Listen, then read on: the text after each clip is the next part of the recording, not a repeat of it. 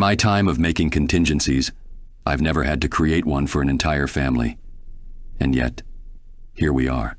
Having started with the mother, Nicole Watterson, and then the father, Richard Watterson, I had decided that I needed to look into every member of the family. Going into my surveillance, I wasn't expecting much from their children. Looking back, that may have been wishful thinking at best.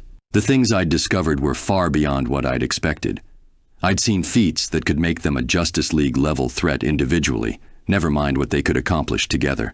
But I'm getting ahead of myself. For now, I need to treat them as a separate threat. So, with that said, Agamemnon Contingency, Gumball did it. When it comes to the Watterson home, there seems to be a scarcity of intelligence. The males of the home seeming to lack traditional intelligence, preferring to operate on impulse. The women, however, are the ones with any semblance of common sense. Though I can prove that Anais Watterson is the smartest of her household, if not her entire city. For starters, she is an 8th grader of the same school as her brothers, Elmore Junior High, having accomplished this at only the age of 4. She's even managed to hack into a security system, and while she explained how she did it, she was only seen pressing 4 buttons to do this. I don't have an explanation for that. She's also outsmarted her family on a few occasions. This includes her mother.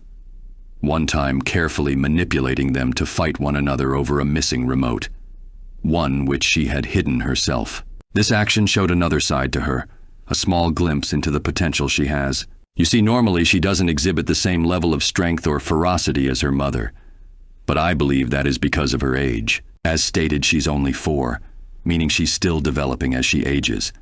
I'm sure someday, perhaps when reaching puberty, she'll start to manifest those strengths. But that doesn't mean it's impossible for that potential to show early. In fact, there have been moments when they manifest, in times where she is under extreme stress. For example, due to a misunderstanding, Anais had found herself alone and afraid while running away from what she believed to be a serial killer. In this high-stress moment, her father had snuck up on her, causing her to believe he was the man chasing her. And in that moment, she'd overpowered her father, slamming him on the ground several times.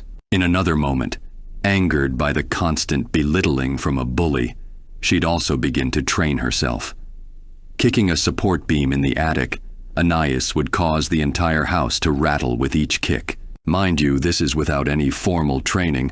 I could only wonder what she could do if her mother had taken an active approach to her daughter's physical accomplishments, though she seems more content with bolstering Anais' academics. Perhaps I should consider that a blessing. Unlike her mother, however, Anais is far less likely to lose control of herself. But there is one exception.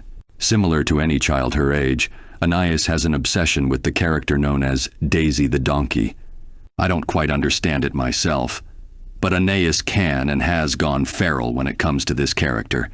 And should anything happen to her, it could cause her enough rage that she'd be capable of shooting invisible projectiles from her fingers.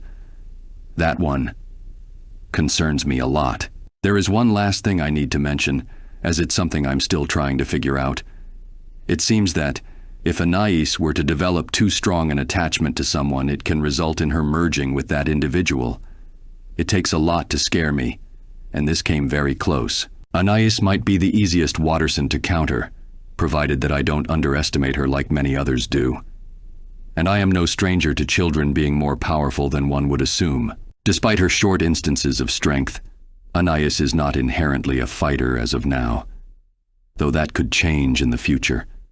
And she's been knocked unconscious by blunt force trauma in the past. That said, I'm not too keen on the idea of hitting a 4-year-old. Scaring one, on the other hand, is a different story.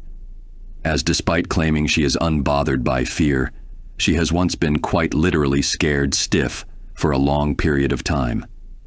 With the use of the Scarecrow's fear toxin, I'm sure I can create the same result.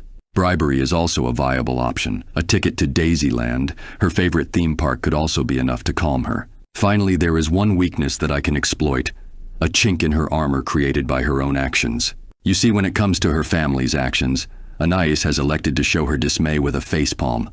Now, this in itself is nothing too significant, but apparently she's done this enough times to erode her skull. It's been stated that doing this too often can have adverse effects to her brain.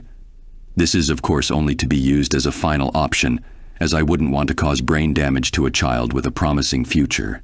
But as she gets older, there's no telling how much stronger she could become. Eventually, that one weakness could be our only way to stop her. If you also have a character you wish for me to cover, or just want to support this channel, I'll have a link to my Ko-fi page.